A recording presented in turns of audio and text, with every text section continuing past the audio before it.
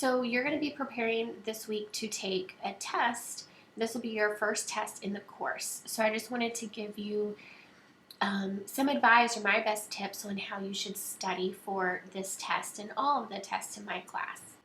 Below, I'm including what some people might call a study guide, but really, if I'm being honest, it's not really a study guide. What I have done for you is I have written down all of the topics that we've covered from the beginning of this class. So on the test, there's going to be at least one question from each of these topics. Everything we've covered, there'll be at least one question about those topics. So I've written down those topics for you just as a refresher. And this is really going to be your starting point for you to make your own study guide and what would be an actual study guide, okay? So I'm going to upload this as a Word document so you can edit directly in it.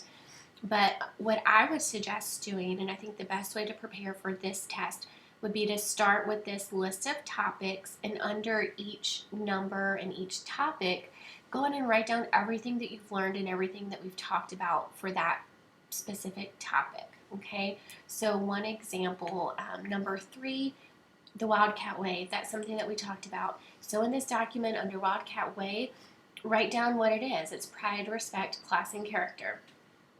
The next item in this list is due process. We talked about due process, and there's 3 steps a student would take if they have a problem in a class or an issue with an instructor or their grade.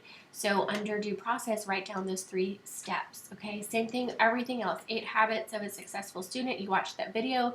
Under that topic, you should have those 8 things written out, okay? So this is going to help kind of review everything, refresh your memory, what we talked about, but it also is going to act as like a quick reference guide. So this would be a really good document to study, but also to have with you whenever you're taking the test. So while you're taking the test, you can quickly refer. You have all your information already written out. It's not in a bunch of different places in all of the modules, okay? So you're taking all the information and you're just putting it into one place. And through that process, you're learning and you're kind of remembering and memorizing all of the stuff that we talked about.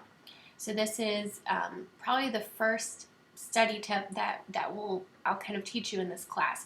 So this is just a good guide and a good reference for how to study for this test and also other tests.